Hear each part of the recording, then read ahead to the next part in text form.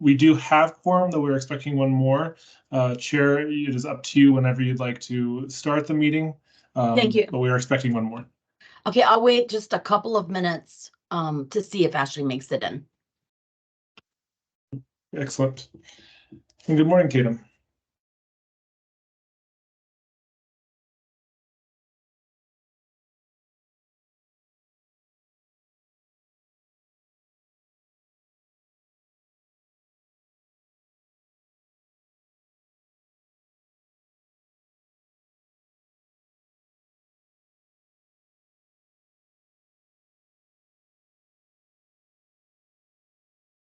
Good morning, Ashley. We have everyone who's expected this morning. Excellent. Thank you all for joining us this morning. We will start the meeting. First, I'd like to do roll call. Moses? I see you're here. I'm here. Sorry, I was That's muted okay. in 2 places. Present. Thank you. Ashley? I'm here. Thank you. Erin? Here. Thank you, Erin. Tatum? And Tatum is showing on our screen. And city staff present, we have Caleb, Keith, Kurt, and Tracy. Thank you all very much for taking the time today with us.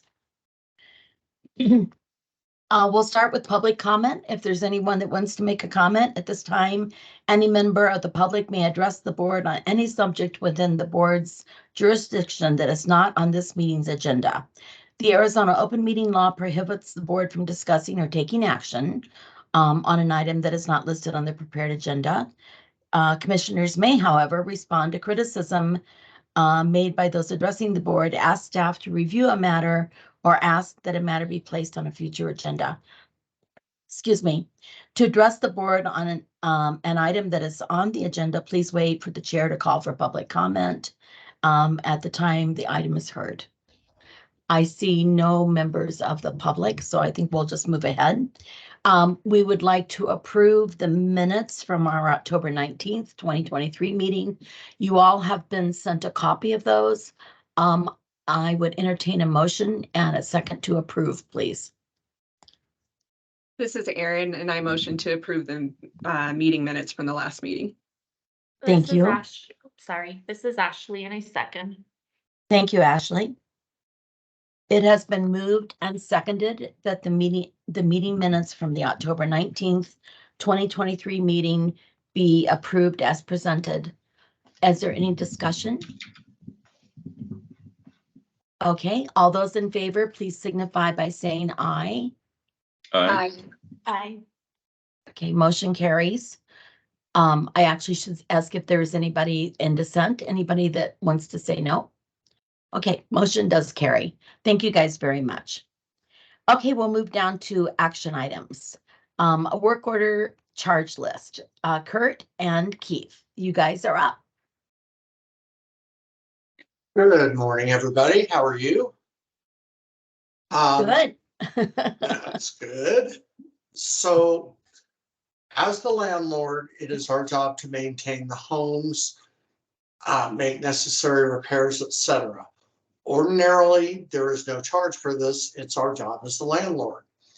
However, when the tenant creates damage, then we do charge for that.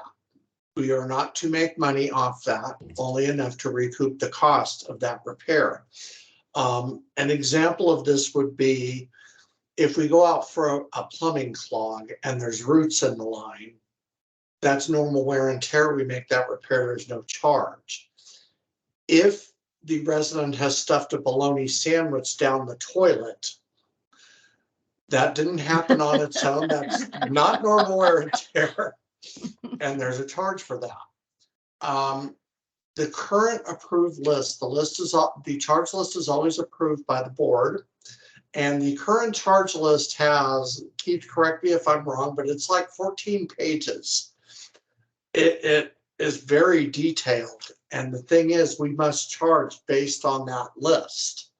And it's often inaccurate either because of inflation, deflation, whatever.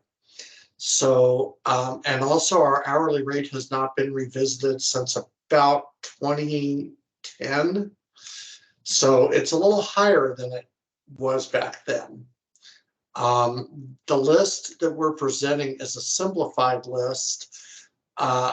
Basically, it just says the time we take, we're going to charge you for that. The materials, we're going to charge you for that as we're charged. That way, people are paying exactly what they should pay.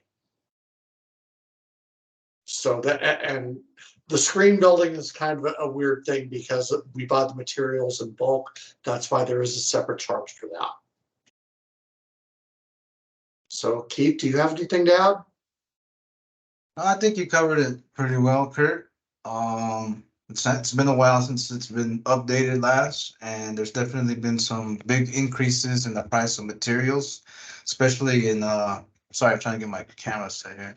Especially in 2020, 2021, we saw a huge increase in the cost of certain materials like lumber, doors, drywall, glass even was a huge increase. It was weird. Some of these things have, they fluctuated. Some of them kind of got down to a more comfortable level, at least as far as what we were used to seeing. And some of the things haven't. Some of the things just stayed really, really expensive. But yeah, I would say Kurt's comments are all accurate. Thank you, Kurt and Keith. You'll see attached to your packet a resolution. I would entertain a motion to approve the resolution, and then we'll have discussion afterwards.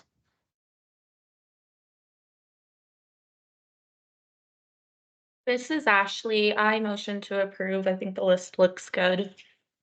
Thank you, Ashley. This is Erin. I second. Thank you, Erin. So it's been moved and seconded that we approve resolution 2024-01, our first of the year, to approve the maintenance charge list. Is there any discussion? I don't have anything. I just have a quick comment with the list in the footer. There's a little typo. I think we're missing the word contact where it says please contact Kurt.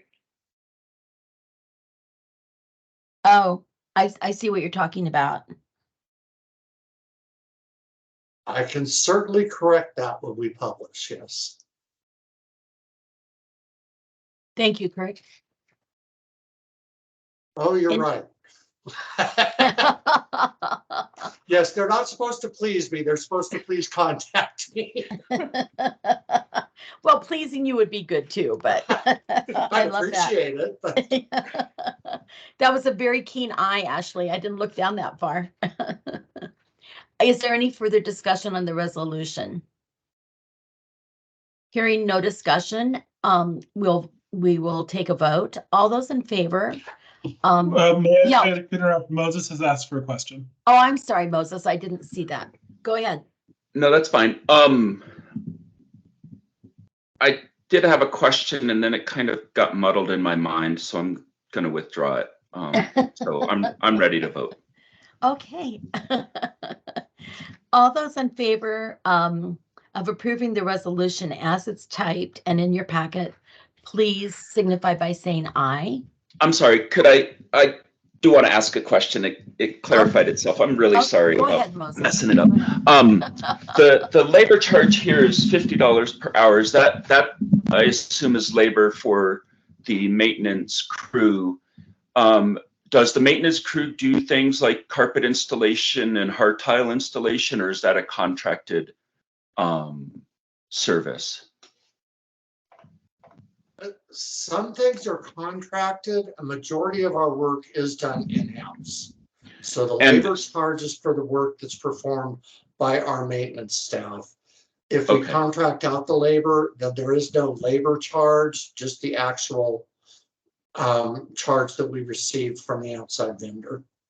Okay, and it's actually right there in the next bullet, and that's why I was muddled before and got it all clarified. Thank you, Kurt. You're welcome. Any other questions or discussion? We'll try this again. All those in favor of the resolution as it was presented, please signify by saying aye. Aye. Aye. Got it. All those opposed, the same sign. Any abstentions? Motion carries. Thank you all very much for that. Kurt, I just have to mention, I love the background on your teams. It makes me want to go skiing, and I'm not even a skier. Okay, we'll move on. Informational items, a housing report, and I know Sarah is not with us today, so Moses, I think that's up to you.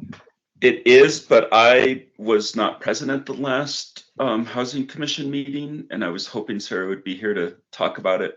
I can't really, other than read the minutes to you from the previous meeting, I can't really provide any useful information today. I apologize for Okay. that. Okay, we will catch up on that at our next meeting then. Great, thank you. Sure. Security deposits presentation, Kurt, you're back up again. Thank you. Caleb, can you throw that spreadsheet up on the screen, or should I share my screen? Oh, let me get there. One moment. This discussion was requested by the board at the last meeting based on an inquiry from a member of the public who was also a resident of Brandon Homes. If you have that handy, if you want to present, that would be just fine. I would have to dig through. Okay. Give me just a minute here. Okay, where is share? I've got a couple hats on my head today. Okay, do you all see a spreadsheet now? Yes. Okay, so basically what this is, I went back 3 years. Actually 3 years, yes. Over the course of the last 3 years, we have had 68 move-outs from public housing. Of those 68 move-outs, as you can see, 26 actually received refunds. An additional 7 or so had very nominal charges. And then as we go down, of course, the charges get larger. I believe the inquiry was, were we overcharging at move out? As you can see, a lot of our residents had no charges whatsoever. Many others had very nominal. And a majority of the people that had large, as you get near the bottom right here, you see there was some very large charges. The majority of those was because they owed money at the time of move out, either because they hadn't paid rent or perhaps they had a payment agreement for retroactive rent for failing to report. So this basically, and I believe this was attached to your email, correct, Caleb? I don't think we received it. Oh, okay. I apologize. This didn't make it into the packet, and I can send it out after the meeting for clarification, or I can send it out immediately if people would prefer. I feel like after the meeting is fine because we can see it on our screen, Caleb. And it does look like, Kurt, that all those large charges are really due to past due amounts. I mean, and you can almost, I mean, when you start with the one that's $1,000 and over, everybody has past due amounts of money at that time. Correct. As I said, the majority of those, some of this was the end of COVID restrictions. So we had some people that had amassed very large rental arrearages because we were not able to collect. If they didn't pay, we were not able to do anything about it. We made repayment agreements for those people. Some got caught back up. That was great. And just a disclaimer, the majority of our residents did not fall behind during COVID. So this was not a widespread issue. But we did have some very large amounts left over from them, from that. Okay. I have a question, Kurt. So when it shows in that last column, have we recouped all those monies, or are some of those still owed? The majority of it is still owed. And especially when you get down into the larger. We send out 2 notices. The first notice offers the charges, gives the itemized breakdown, and offers the opportunity to do a repayment agreement so that they can pay it off over time. Mm-hmm. If they don't respond to that, a second notice is sent that says, hey, if you don't pay within 30 days, we'll send you to collections. So we do. And do we do that? We do that, I'm assuming. Yes, we absolutely do. It shows on their credit report.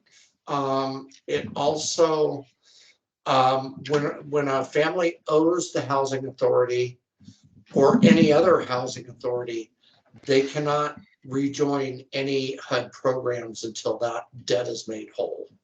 Okay. Are there any, Moses, you have a question? I have 2 questions. The first one is, Kurt, is column A in any way, is it possible for anyone to identify who the resident was using column A and column C? Other than those of us inside the housing authority now. Okay. Those are HUD unit designations that frankly are not even in use anymore, except. Okay. Okay, so there's no concern about privacy there. No, that's why I intentionally listed unit numbers and not names or addresses. Okay. And then the second question I have is some of those past due amounts towards the bottom are really surprising to me, that there's, $7,500 of past due. And the question I have is there, what is the mechanism that the FHA uses to try to counsel and help people stay current on their rent? And is there something in some of these that indicates there might be some improvement that could be found to help these residents stay current on their rent? I know it's not a large percentage, but it's still a higher number of people than I had expected. I can have to answer this question as well. Go ahead, Caleb. Okay. So before COVID-19, we had public education options around financial education. Those seem to have dropped off substantially. There are still programs in the community, but they're not geared as a one-time or a couple afternoons sort of course. Mm-hmm. What we are looking at doing is inviting financial professionals in to do presentations for staff, at least on a monthly basis, so that we can provide exactly that kind of education when we see patterns of non-payment or patterns of late rent, to help our residents address and stay on top of these kinds of needs. This is a project we're undertaking this year. Okay, thank you, Caleb. One thing that I'm aware of is during the 2008 housing crisis, one of the things that was discovered is that the community land properties, the properties where there was a home that somebody was buying, but they weren't buying the land underneath it. That land was managed by various ownership. So we have some of these properties here in town as well. And I'm forgetting the full name, but it's a community land something or other. It's land trust, community land trust. Thank you so much. Thank you.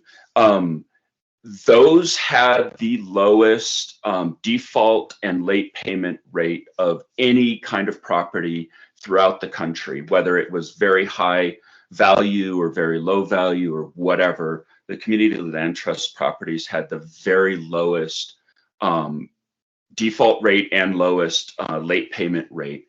And there's some research into why. And essentially what it is there's a whole mechanism of management around that keeps that pays attention to small missed payments of, you know, $30 missed for utilities or something like that. And that triggers this reaction within the community land trust management to start that education process as early as possible to help the owners who are purchasing those homes to catch up and stay current with their payments. And so I wonder if there might be something that we could learn from some of the community land trust management practices here to help keep on top of people who are helping them stay on top of their own finances when they start falling behind. That was a really muddled comment, but I hope my point got through. If I may, I see Ashley has another question, but one thing that we've had a lot of staff changes, but we have historically, and it's in the lease, terminated for repeated late rent payments. This is 3 late rent payments within 12 months. Mm-hmm.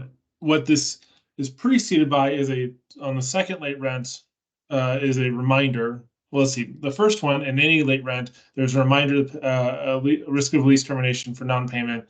And the second one, we say, hey, we're seeing this pattern, please correct. And on the third one, we terminate. Now, one of the reasons we're offering this education, or we're working to offer these kind of education resources, is to say, when someone says, I don't want to be terminated, how can I fix this? We can then point them to, say, a monthly course that is hosted near the property, since those options aren't currently available in the community, which is what we've done in the past, to try and get them to have a little bit of impetus to course correct with the training to help with that.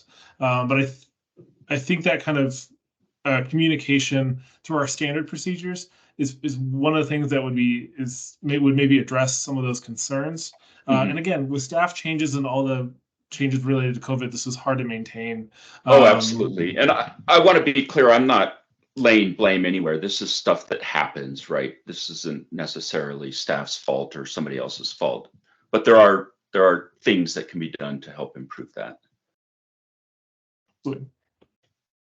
It does appear that the ones that have the higher amounts definitely were during the COVID period when we couldn't do any of those things because we were not allowed to. Yeah, absolutely. And I'm sorry, I spoke over, I think it was Tatum had their hand up. Ashley actually had her hand up as well.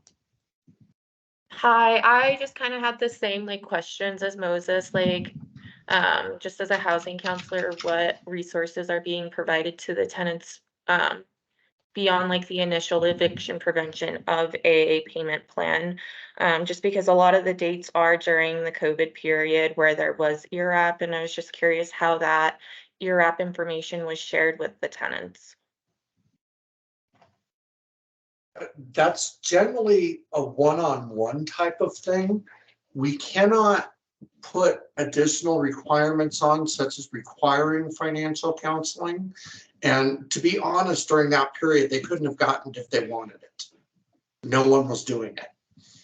I know I've worked with residents myself. I was at one point a certified financial counselor for this purpose through Arizona NARO.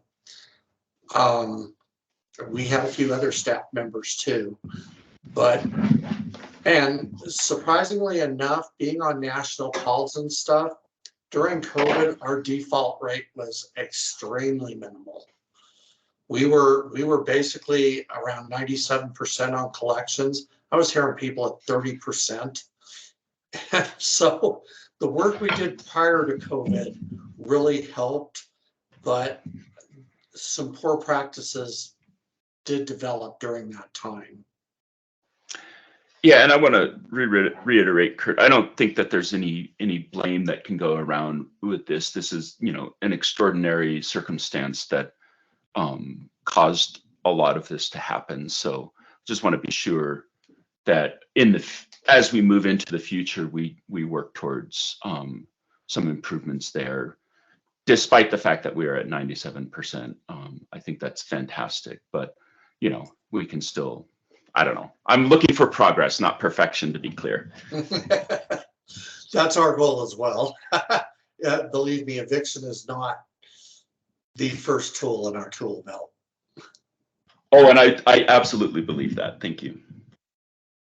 Thank you, everybody. Does anybody have any further questions of Kurt? Thank you for that presentation, Kurt. I think we're good. Thank you. Caleb, you're up next with our open meeting law presentation. Yes, let me go ahead and present that.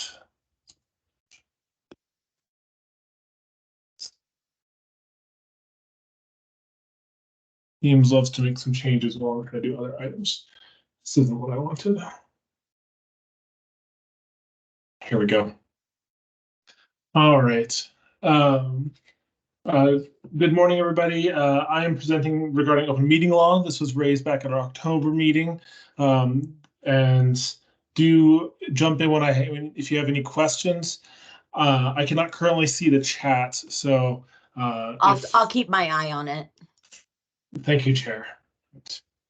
This is predominantly adapted from the Arizona's open meeting law presentation by Danny Garone, the Assistant Ombudsman, Public Access. Struggle with that word. And thanks to Stacy Fobar for sharing this with me so I could adapt it for our meeting today. What is the open meeting law? The open meeting law helps to maximize public access to our governmental processes. It highlights open deliberations and proceedings to the public, and it prevents public bodies from making decisions in secret. This is identified in these sections of Arizona regulation. We are, one of my responsibilities as liaison is to make sure that we maintain open meeting law for exactly these kinds of reasons, so that what we are doing is publicly available, and that we continue to be accountable to the public in the work that we do. Who must comply with open meeting law? This includes public bodies such as commissions, councils, and boards. These are outlined in section 38431, subsection 6. This covers a variety of public governing bodies. Why? Well, this helps represent the public goods for government actions. In many ways, you all are representing the public and trying to ensure the success and responsibility of the work of the Housing Authority, or if you're serving on other boards, for those boards as well. Who enforces this? The Attorney General's Open Meeting Law Enforcement Team, which I love the acronym of OMLET. They will enforce if they see violations or get reported violations. What must a public body do? Well, we provide notice of meetings and agenda. Primarily what we provide notice for are the agenda, but this extends to our minutes, which we discussed a little bit later. We have an agenda. This is posted online and at City Hall. Special thanks to Dee Williams, who generally helps us post those, since we don't have an office at City Hall. These must be posted 24 hours in advance. To the best of my ability, I post these 48 hours in advance because I like to be a little early on such things. We must meet in public. That does include remote or electronic meetings, as long as there's public access. I am a point of contact if someone from the public is interested in meeting with us. The link is also on the agenda, which is publicly posted. We must permit public attendance. There are exceptions to this in terms of executive sessions. Our board of commissioners does not typically have executive sessions, so it's not especially relevant for us, but you see this with council. Any action that these bodies take must be in public. So we already had a resolution today for the work order charge list that was required to be in public for it to be effective today. We also prepare meeting minutes or recordings. A little bit more on this in a second.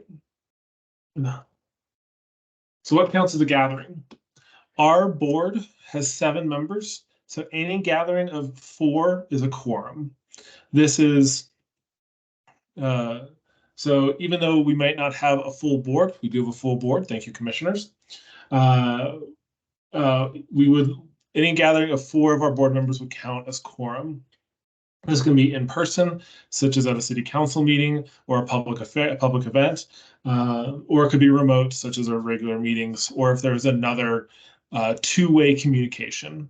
Now, if this was something different, such as a presentation that you all were attending remotely, that would be a different situation where there was not be an opportunity for back and forth. How many is quorum? That's at least half of total seats. As I said, this includes our vacant seats when we have vacant seats. Now, if quorum ends, the meeting must adjourn in those situations. So if we ever reduced to fewer than 4 attendees by our commissioners, we must move to adjourn. Public rights at meetings. The public has the right to attend, to listen, and to record or document as they wish. This can include photography, audio recordings, or video recordings. The public has no right to speak or disrupt the meetings. Now, you might be asking, what about public comment? We open, or just about open, every meeting with public comment. This is technically optional, though you'll see the city has this essentially across the board. Board has limited response if not on the agenda, and the board may direct staff to study the questions that were raised. We've essentially seen this in action where we had a public comment at our last meeting, and the board guided us as city employees to study the matter and present these items, as well as a few other things later on in the meeting.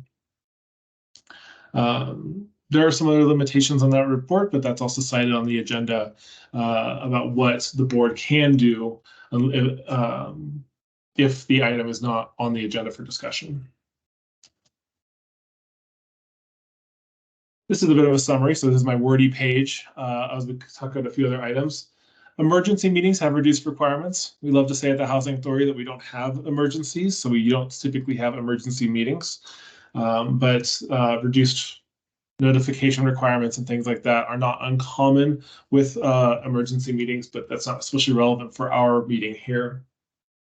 Other public gatherings. So if we have a board tour, for example, we've done tours of our developments, we'll post a courtesy agenda. Hey, we have quorum, no business will be discussed.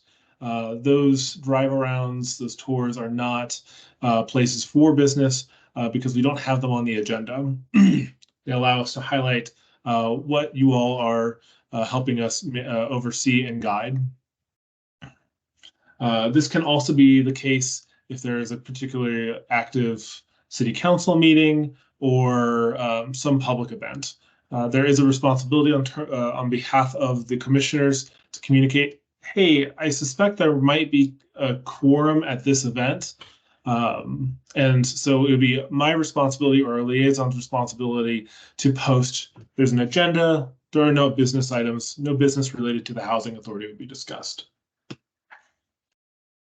The time and location must be accessible to the public. This considers things like ADA accessibility, as well as the timeliness of the meetings. If our meetings were at 3 a.m. every day or once a month, I think we'd have fewer board members, but I also would get complaints from Omelette about us not having accessible board meetings. Business may not be discussed to quorum outside of meetings. Such business must be in a noticed meeting.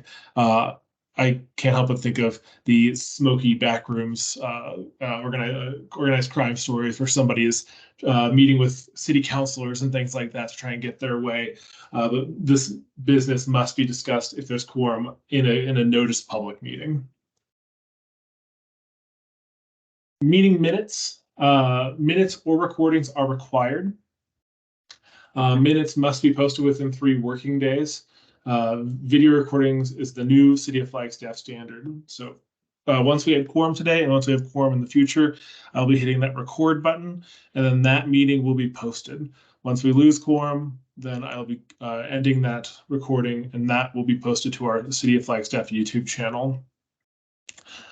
This does allow the liaison or another representative to provide only action minutes, though it's pretty straightforward for us to provide general minutes that are then reviewed for at the next board meeting, though we have additional time to post those because of those recordings. We've previously done something very similar through a third-party company, though that contract has since ended. Those minutes must include who is present, the general details and especially the legal actions of those meetings, and recording of any votes. So one thing you might hear me tapping away at is who mentioned or who motions for a meeting or for action and who seconds for that action. And then we also include the time at which that was voted upon.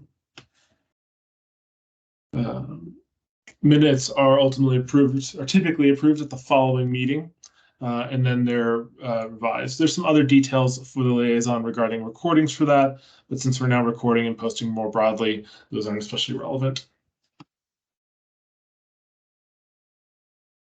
If you are really interested in more details about open meeting law, here's a few resources.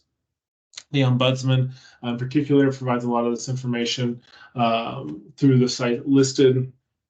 That you can also contact library archives and public records and things like that. Do we have any questions about open meeting law that I might answer or research for our board? There's nothing in the chat at this time, Caleb.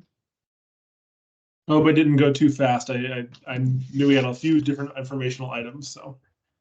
I just tossed a question in the chat, if I may. Sure, go right ahead, Moses.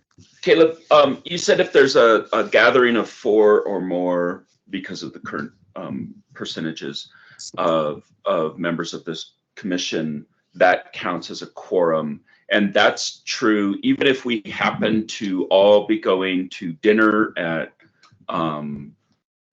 anywhere, just completely accidentally end up going to the same dinner and sitting at the same table. That's a quorum.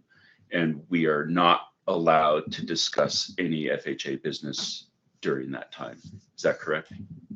In fact, that would be a public meeting. And since it was unannounced, it is the responsibility of the commissioners or board members in whichever organization it is to dissolve that quorum. So if there was a regular CFHA Board of Commissioners happy hour, that would be a problem. But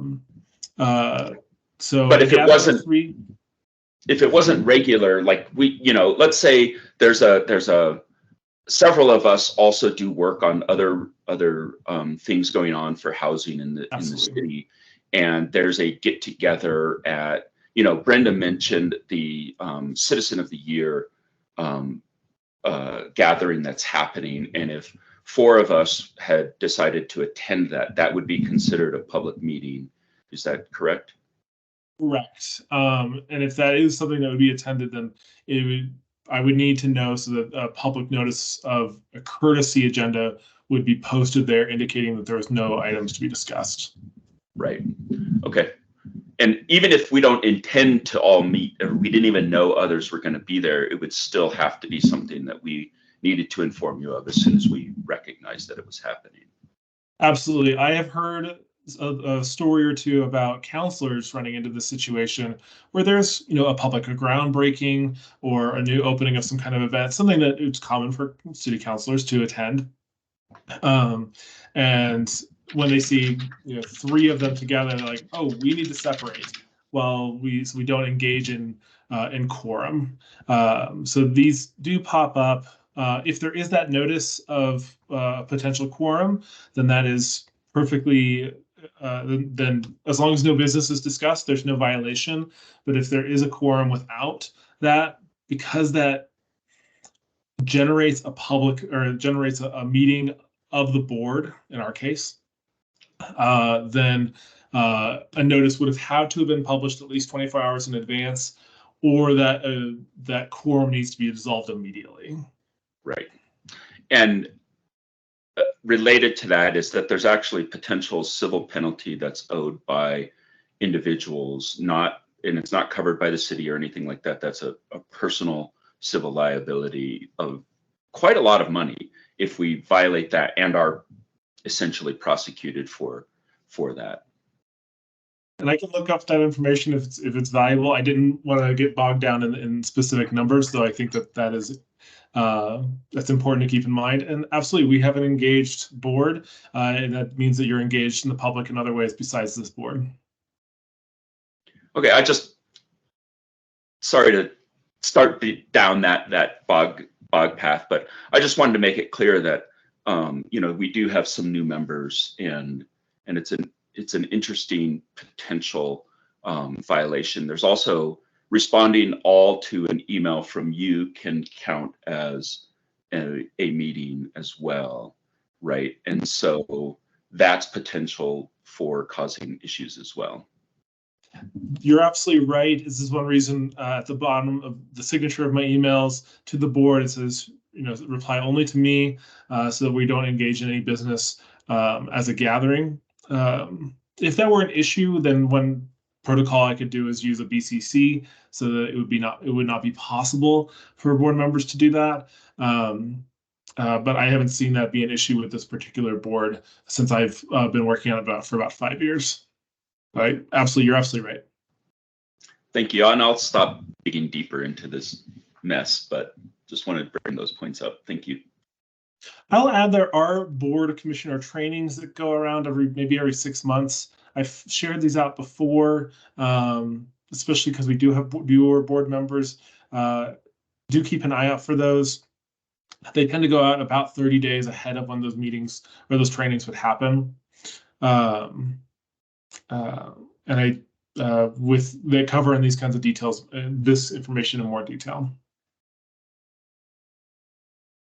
Thank you, Caleb. Any Absolutely. other questions of Caleb? And thanks for that input as well, Moses. Valuable. Yeah, I appreciate you asking the question, Moses, and Caleb, you responding. That was great insight. Great. Caleb, I think you can just keep on going because you're still up. So, having recently discussed open meeting law, something else that was raised in October, and we've raised about once a year, is that we have migrated to these fully remote meetings.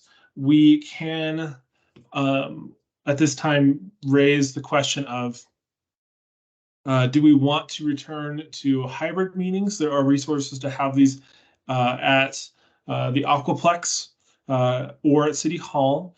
We can also arrange to have these meetings at the City of Flagstaff Housing Authority in our larger conference room. If these are valuable to our board members, there will always be a hybrid option. This allows for public engagement when they are available, regardless of their accessibility. But we also satisfy those needs with our remote meetings. I'm happy to arrange whatever is going to be convenient for folks, but I want to hear from our board members to hear what those preferences are and to ensure that we're serving our residents and the public at large.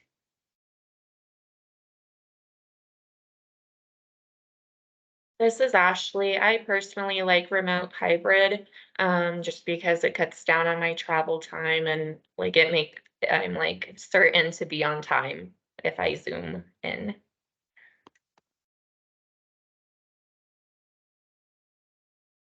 This is Moses. I also prefer virtual or hybrid if we end up some people going back to in person.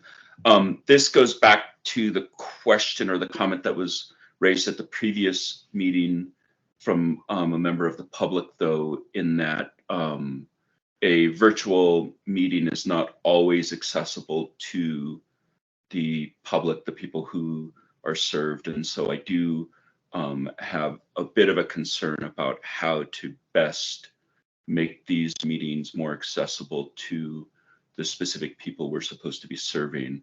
And I don't have an answer for that. I just do want to keep that in our minds as we talk about when, where, and how to meet.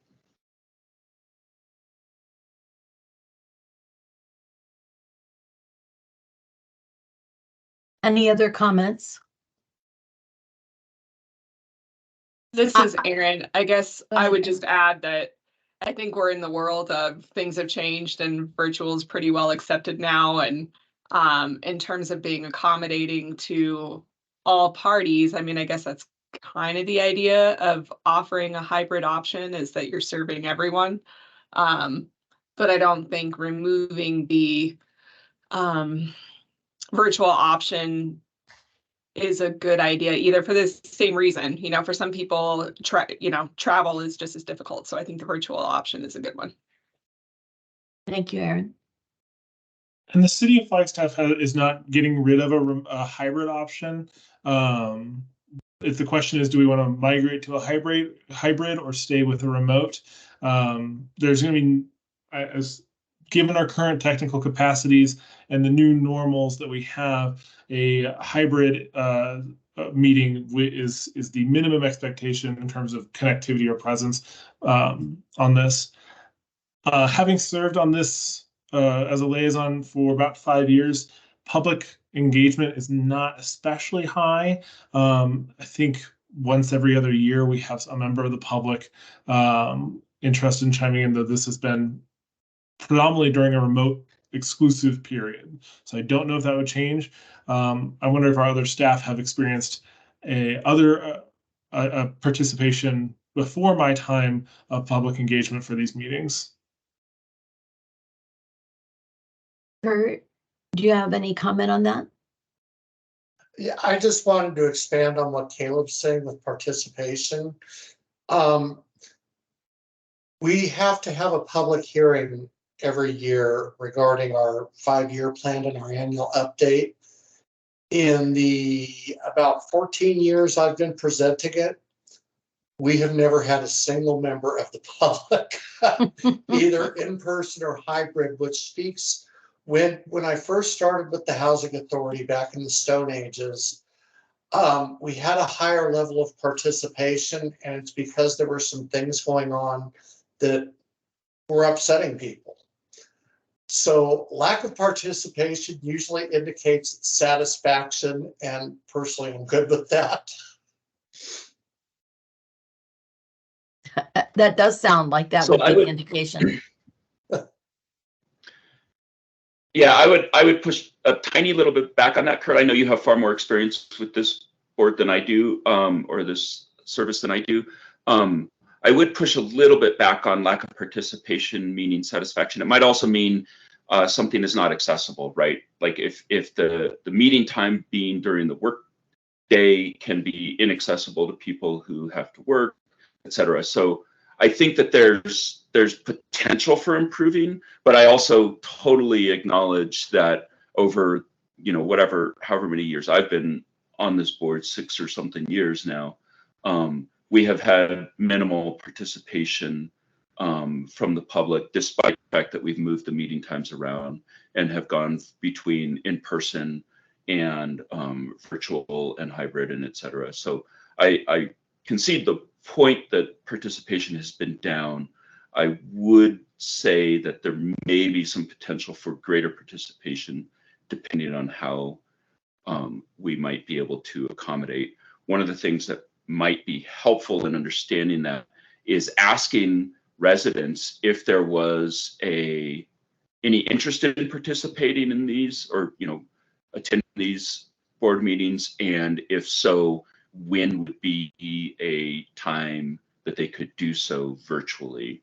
Because I think that Aaron's point is well taken, that virtual is really important for us to be able to continue to do.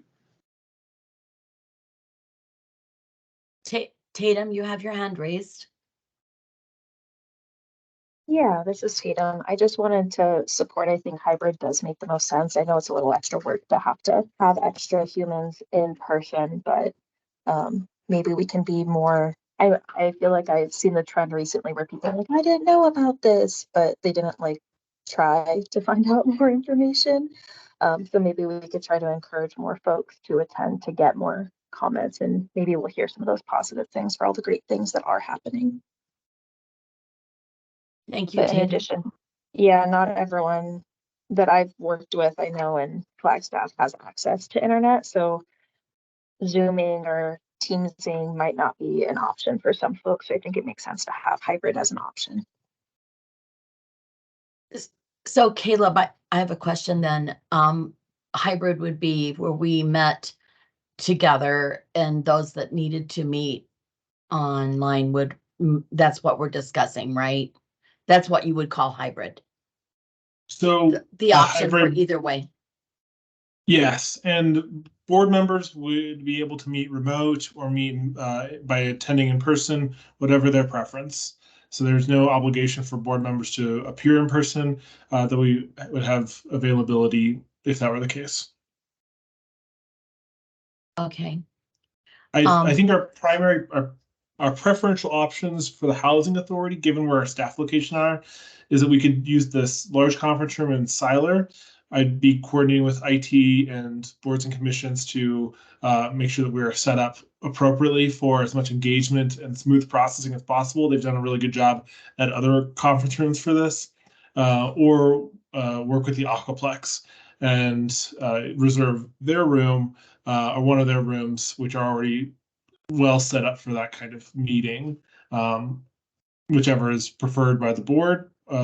Yeah, City Hall is a little bit challenging for staff given the transportation time.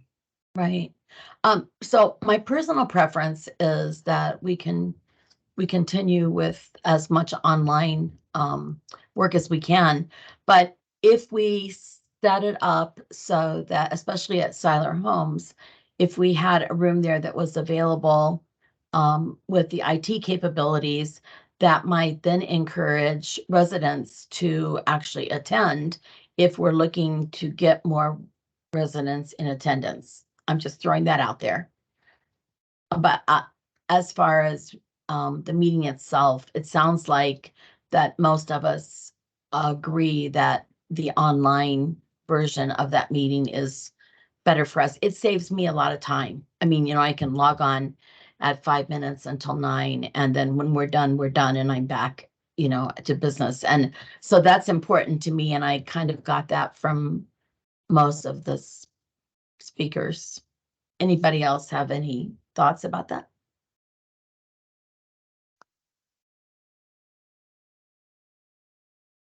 I guess not.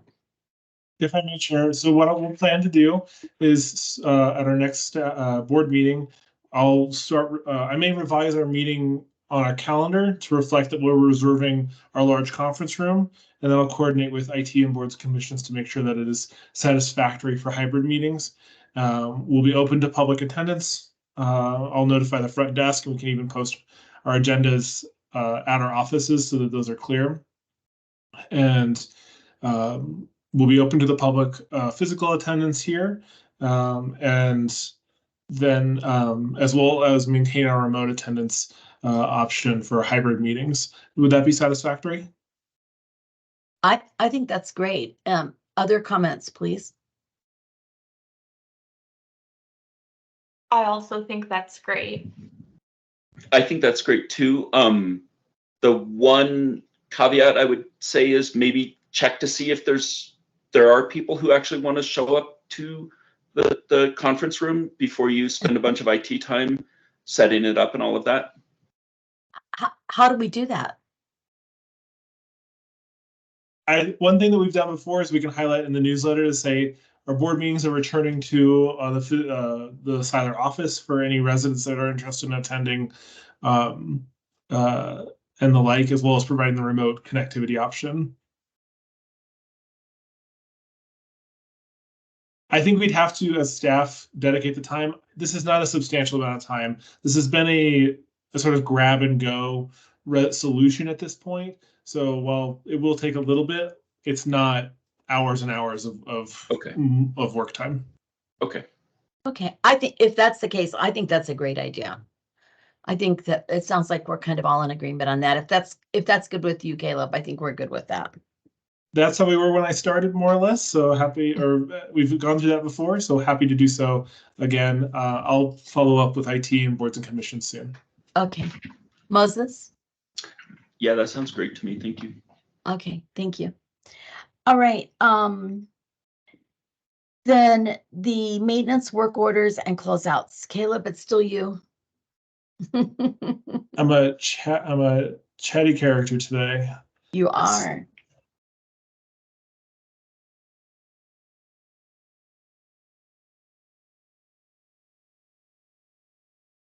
We've already had a chance to discuss some of these items with our action items with Keith and Kurt earlier today. So this may go a little bit quickly. This is as we're covering a couple of details. Since Kurt is online, I think this is all, I believe I got this all squared up, but do correct me, Kurt, jump in if I get anything incorrect. All right, so actually, let me go back one stage. We're talking about the public housing work orders and closeouts. We're talking about public housing because with Section 8 housing choice vouchers, we are not the landlords. So we don't deal with the work orders in that regard. Clark Homes, this is not the governing body for Clark Homes, so we're not discussing that either. All right, so common resident charges. Well, first of all, at move-in, we're talking about security deposit.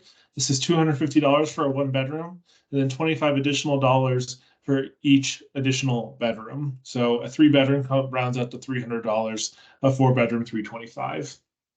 Rent for a residence is due at the first of the month. As you all know, this is income-based rent. So if household income increases, the rent increases the first after 30 days. If their household income decreases, then the rent is reduced for the following month. Even if it takes us some time to make that adjustment because we have to confirm with a previous employer that they're no longer employed, we can make those changes retroactive as long as those are reported on time. There is a return check fee. So if someone, if we have a check that bounces called a not sufficient funds or NSF, there's a $15 charge. And then we also have maintenance charges. These maintenance charges are limited to exactly to what we have paid, as well as those blanket charges for maintenance labor, as discussed. Work order charges, these are the most common atypical charges in the sense that they're not every month. Rent is every month. Yes, it gets adjusted. We're on regular communication with our residents about rent. They call the front desk and these kinds of things. With work order charges, the work order gets submitted. The work gets done by our maintenance or by a contractor. Maintenance then indicates the work has been completed and the charges are approved in the system. I say approved because it still takes us, when they're approved, that's when we send notice at the end of the month to the residents about these upcoming charges so that they have 30 days to prepare for these charges being applied to their account. And then the month after the approval, they are posted. So that's when they become due. This is the same for a rent increase. Like I said before, we provide a 30 days notice of a rent increase.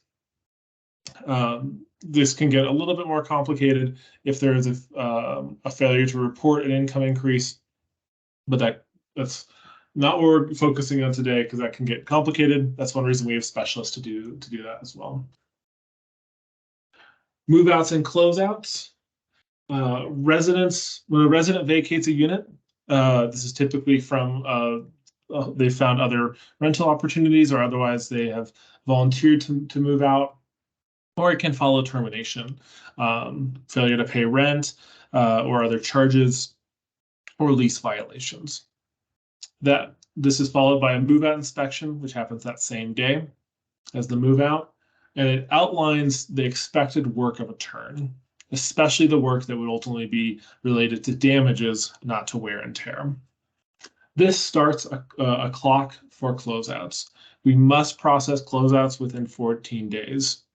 That means I, as the assistant director, have to hear from maintenance. These are the charges that we are going to, these are the aspects of the work that we have, that we're going to be charging the tenant who has moved out. And so I'm typically getting these much faster than that. So within 7 days, we've had some unusual turns where it's been very fast within 3 or 4 days where we're responding. That closeout allows us to apply the security deposit to any charges. And if there's credit after that, which as we saw is the case in about 1 in 3 of our most recent 60-some move-outs, then we will issue them a check through finance and that'll get mailed to them at the forwarding address or at the mailing address that we have on file.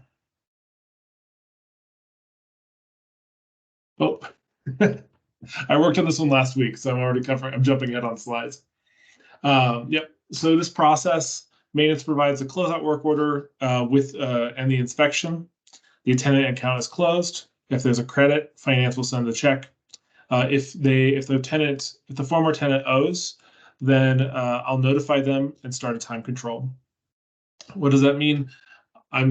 As Kurt mentioned earlier, they have 10 days to respond and say, I would like a repayment agreement so I can pay this off over time. We work with them on that. If they fail to respond or do not wish to engage in a repayment agreement, then there's an additional 30-day notice that is sent out to allow them to pay, or we issue this to collections. We, just like we do with our tenants, we do try as best as we can to communicate and to work with our former tenants so that they are avoiding a collection, so they're avoiding that kind of process. But oftentimes we do just lose communication. They may be moving out and trying to avoid that repayment agreement related to retro rent, or they have been unable to pay rent for a little while.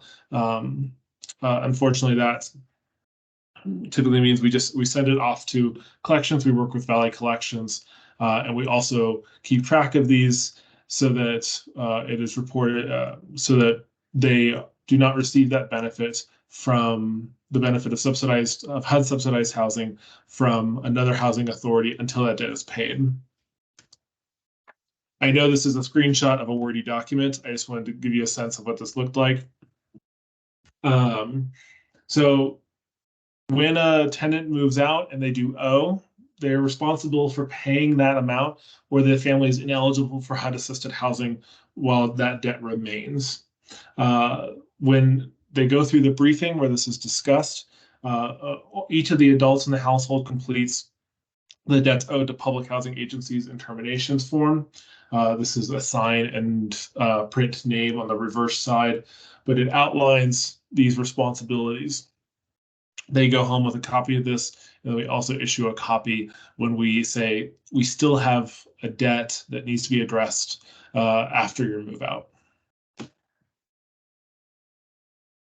And at that point, we're tracking if they come back and pay, or if they pay with Valley Collections, and that's how that closeout process looks like. Hopefully, my short presentations didn't scare anybody away today. Thank you, Caleb. Moses, you have a question? I do. Caleb, about the non-sufficient funds fee of $15 for the bounced check, is that typically, as I understand it, this check was returned, please fix this before a fee is assessed. Is that the way it works here? Or is the fee assessed on the very first time the check is returned to you for insufficient funds from the bank? So a tenant pays the rent. Let's say the rent is $100, and we receipt it, we deposit it in the bank, and then the bank tells us that, hey, we've received this check and it is not we cannot fulfill this check because of there's not enough dollars remaining in the account. At that point, we reverse the payment in the system so that our books check out because that payment hasn't been received, right, and we issue a $15 NSF charge. There are some in some situations that I've been aware of, we've got notice, hey, my bank account was hacked. I've had some identity theft issues and things like that. If we can get verification from the bank that this is the case, then we avoid that NSF. We've also had some very odd situations where money orders have also received an NSF because of some silliness with the bank. So these are a little unusual, but we do charge that $15. And if it's a typical NSF, then we also let them know that, hey, we're not going to receive checks from you for 12 months. Money orders are just fine, but because of this $15 charge, because of this not sufficient funds, we will not be accepting that your personal checks for the next 12 months. Hey, Okay. Caleb, I hate to interrupt, but I don't think we have quorum any longer because we lost both Aaron and Ashley. Okay. I see Aaron on here still. Oh, I'm sorry. Well, Erin haven't has left to Still jump here. yet, but I need to. I've got about 5 people waiting on me to start another meeting. I apologize, guys, but That's okay. If you need to go, let's, Chair, go ahead and adjourn, and Okay. since we're losing quorum. Thanks for letting us know, Aaron, and we'll adjourn this meeting at this time. Thank you, everybody, for attending. thank Thank you. you. Thank you. Apologies for all the questions. Thank you.